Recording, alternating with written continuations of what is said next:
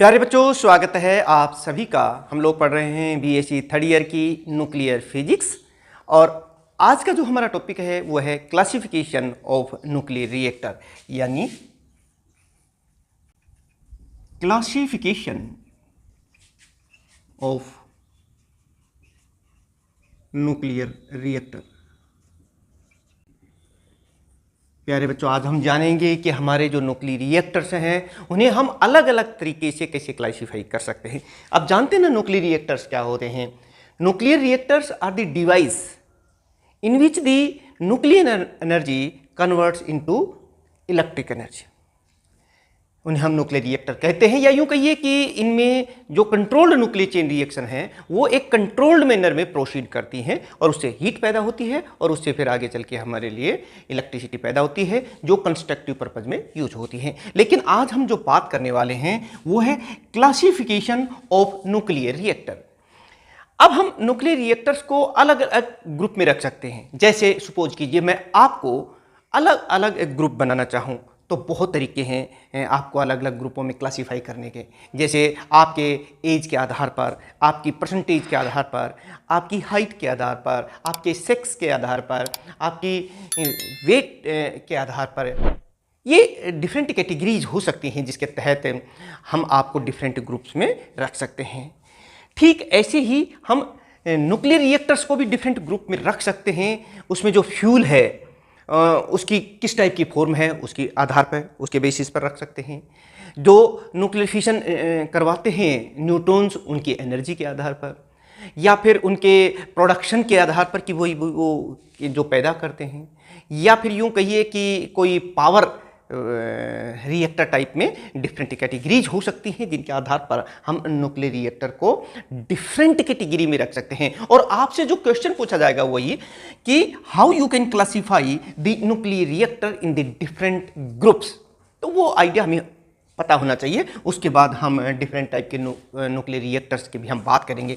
चलिए सबसे पहले हम शुरुआत करते हैं, यानी कि nuclear reactor can be classified as follows. ये लिख करके आप कहेंगे। सबसे पहले मैं बात कर रहा हूं on the basis of forms of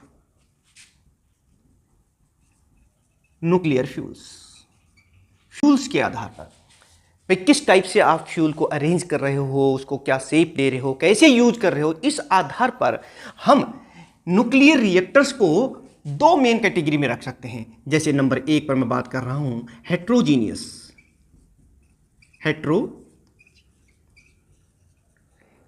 reactor, और जो दूसरा है उसे हम कहते हैं होमोजीनियस रिएक्टर।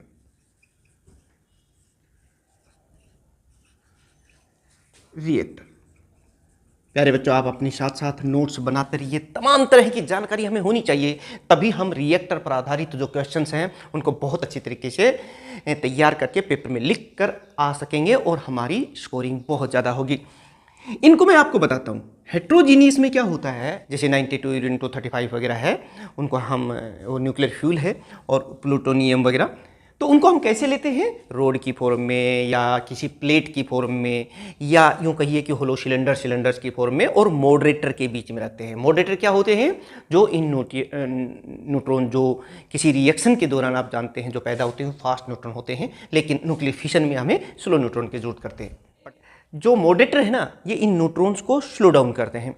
तो उन मॉडरेटर के बीच में हम ये रोड, प्लेट्स या फिर इनको हम रखते हैं।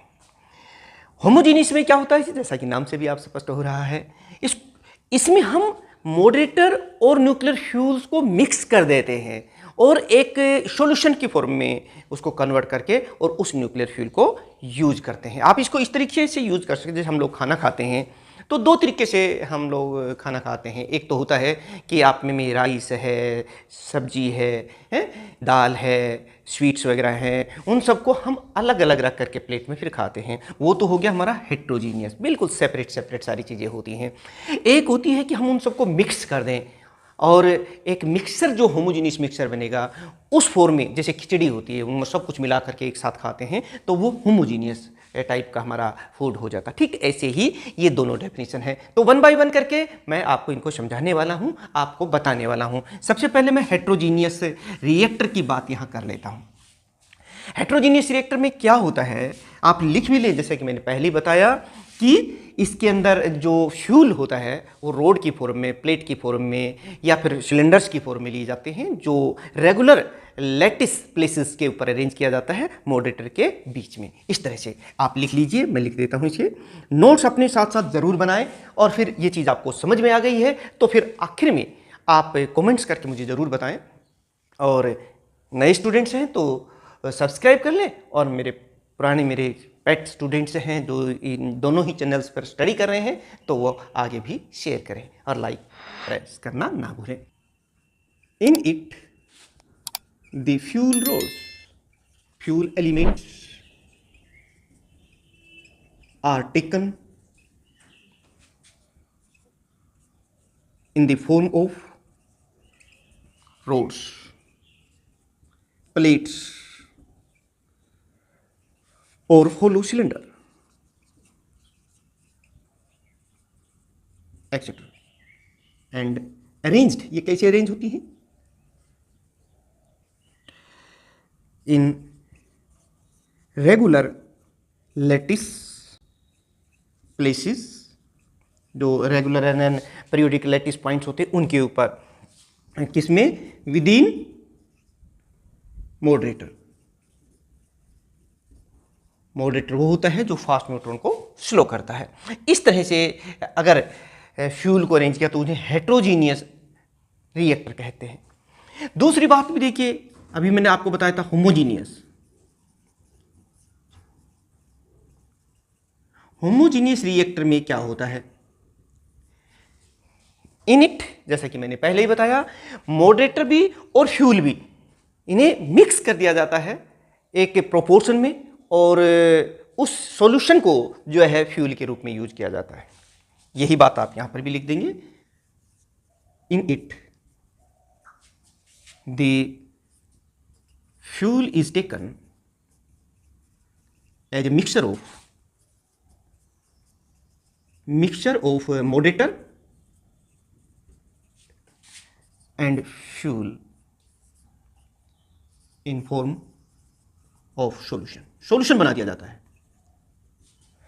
तो ये टाइप से हो गया है। ये हमारा हो गया on the basis of forms of the nuclear fuels के रूप में। अब हम दूसरी कैटेगरी की बात कर लेते हैं। प्यारे बच्चों, आप जानते हैं कि न्यूक्लियर फिशन जो रिएक्शन होती है ना, वो स्लो न्यूट्रॉन के द्वारा होती है, यानी कि न्यूट्रॉन्स के द्वारा होती है।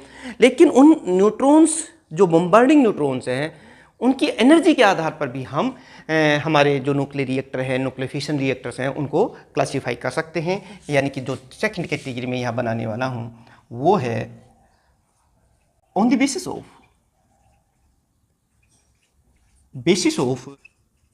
एनर्जी ऑफ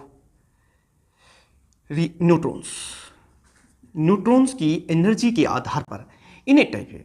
एक तो जैसे थर्मल न्यूट्रॉन रिएक्टर होते हैं जिनकी एनर्जी बहुत ही कम होती है, ये मैं बात कर रहा हूँ।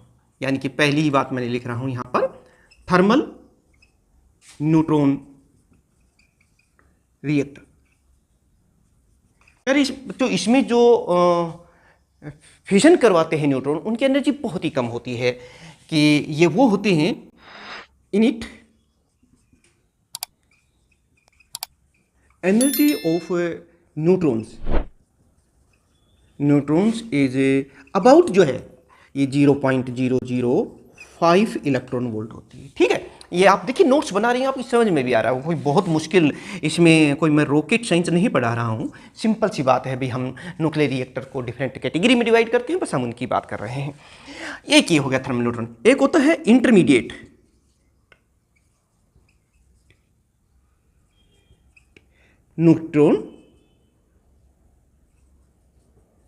Neutron reactor. इंटरमीडिएट का मतलब होता है कि जिसमें न्यूट्रॉन्स की जो एनर्जी होती है वो लगभग 1 to 10 किलो इलेक्ट्रॉन वोल्ट तक होती है। ऐसे रिएक्टर्स को जिसमें एनर्जी जो होती है 1 to 10 किलो इलेक्ट्रॉन वोल्ट होती है, उन्हें हम इंटरमीडिएट न्यूक्लियर रिएक्टर कहते हैं। एक और कैटेगरी में भी प्यारे बच्चों हम लोग देख लेते हैं यहाँ पे। एक होते हैं fast neutron reactor, neutron reactor. इसमें प्यारे बच्चों न्यूट्रॉन्स की एनर्जी जो है ना वो 10 किलो इलेक्ट्रॉन वोल्ट से ज़्यादा होती है, उन्हें हम कहते हैं फास्ट न्यूट्रॉन रिएक्टर। यानी कि आप लिख भी दें, in it the energy of neutrons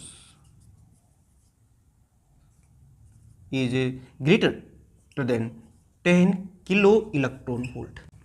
प्यारे बच्चों इस तरह से ये दूसरी कैटेगरी हुई। आप एक स्क्रीनशॉट लीजिए, फिर हम और टाइप से भी इन न्यूक्लियर रिएक्टर्स को क्लासिफाई करेंगे। आपका पूरा टॉपिक जो है, चाहे कैसे भी आपके एग्जाम्स में क्वेश्चन पूछे, आप इनको करके आ पाएंगे।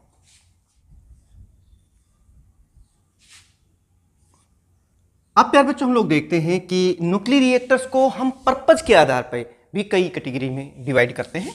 यानी कि on the basis of purpose we can classify the reactors into different categories. जैसे सपोज कीजिए एक होते हैं रिसर्च, इन्हें हम रिसर्च रिएक्टर भी कहते हैं।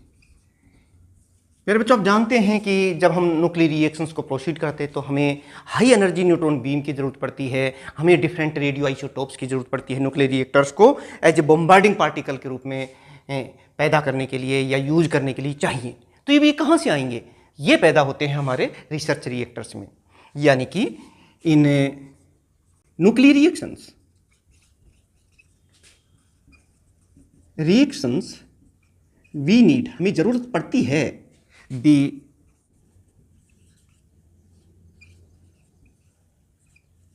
energy neutron beams और रेडियो एक्टिव आइसोटोप्स की भी डिफरेंट जो एलिमेंट के आइसोटोप्स हैं उनकी हमें ज़रूरत रहती है। ये सब चीज़ें, these radio neutron beams and radio isotopes are produced in research reaction. यही बात मैं यहाँ लिख रहा हूँ। These neutron beams and isotopes are produced in research reactor. दूसरी प्यारे बच्चों इसी कैटेगरी में हम पर्पज में हम प्रोडक्शन कह दीजिए या फिर हम इन्हें ब्रीडर रिएक्टर भी बोलते हैं।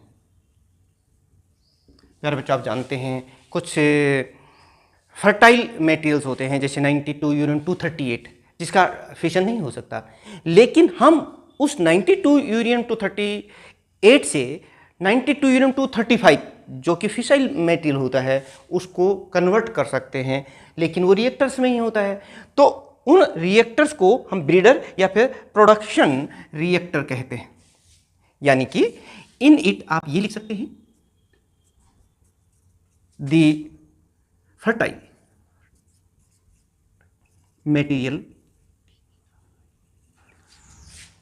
Are converted into fissile materials. जैसे मैंने बताया ना कि 92 यूरेनियम 238 ये फर्टाइल मटेरियल्स है, इसका फिशन नहीं हो सकता, लेकिन 92 यूरेनियम 235 क्या है? ये हमारा फिसाइल्स मटेरियल्स है, इसका फिशन हो सकता है। इसलिए इनको हम 92 यूरेनियम 238 से 92 यूरेनियम 235 कन्वर्ट करने के लिए प्रोडक्शन रिएक्टर्स का सहारा लेते हैं, यह इसमें होता है। एक और बात प्यारे बच्चों मैं आपको बताना चाहूँगा यहाँ पर, बहुत ही इम्पोर्टेंट है, वो है आप पावर रिएक्टर भी बोलते हैं जिन्हें हम पावर रिएक्टर। जैसे कि नाम से भी आप समझ गए हैं कि इसमें इलेक्ट्रिसिटी जनरेट होती है और ये बहुत इंपॉर्टेंट एक रिएक्टर है जो नेक्स्ट हमारा लेक्चर रहेगा जिसमें हम उसकी पूरी कंस्ट्रक्शन प्रिंसिपल और तमाम जो उसकी बातें हैं वो बताएं। These reactors are used reactors are used to produce the large amount of heat and steams। फिर steams पैदा होती हैं which वो क्या करती हैं, वो चलाती हैं runs the turbines and electricity is produced।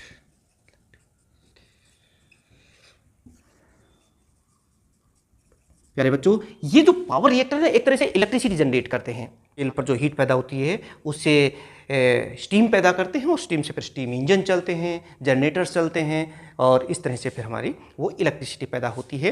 तो ये सारी चीज़ें प्यारे बच्चों पता होना चाहिए आपको कि हमारे जो न्यूक्लियर रिएक्टर हैं उनको हम डिफरेंट टाइप से अलग अलग तरीके से कैसे क्लासीफाई कर सकते हैं, जिनको हम आने वाले लेक्चर्स में 1 बाय 1 करके डिटेल में स्टडी करने वाले हैं। तो आप आज के लेक्चर में तो इतना ही। नेक्स्ट हमारा जो लेक्चर रहेगा उसमें हम न्यूक्लियर फिशन रिएक्टर जो कि हेट्रोजीनियस टाइप का रिएक्टर है, हम उसकी बात करेंगे, उसका प्रिंसिपल, उसकी कंस्ट्रक्शंस हैं और उसकी तमाम जो डिटेल स्टडी जो बहुत ज़्यादा आपके एग्जाम्स में पूछा जाता है क्वेश्चन, तो उसको हम स्टडी करेंगे। तो आपको जो करना है वही कि जैसे ही सारे लेक्चर्स आप देख रहे हैं आपकी समझ में आ रहे होंगे, आपको ये लेक्चर्स कैसे लगते हैं कमेंट्स ज़रूर करें, कहाँ से बिलोंग करते हैं, आपका नाम और स्थान के साथ ज़रूर हमें बताएं और अपने जो भी सजेशंस हैं वो ज़रूर दें। और इसके साथ साथ अगर अच्छा लग रहा है तो लाइक और अपने जो दूसरे साथी हैं अगर उनको भी इनको शेयर कर दीजिए और सब्सक्राइब कर लीजिए प्यारे बच्चों, क्योंकि ये चैनल्स बहुत ही अच्छा रहने वाला है आपके लिए तमाम तरह की फिजिक्स, मोटिवेशन और एग्ज़ाम प्रिपरेशन के लिए। तो मिलते हैं एक और इम्पोर्टेंट आर्टिकल के साथ, तब तक आप अपनी सेहत का ध्यान रखते हुए पढ़ाई करते रहें और ज़्यादा से ज़्यादा स्कोरिंग करते रहें। Thank you very much.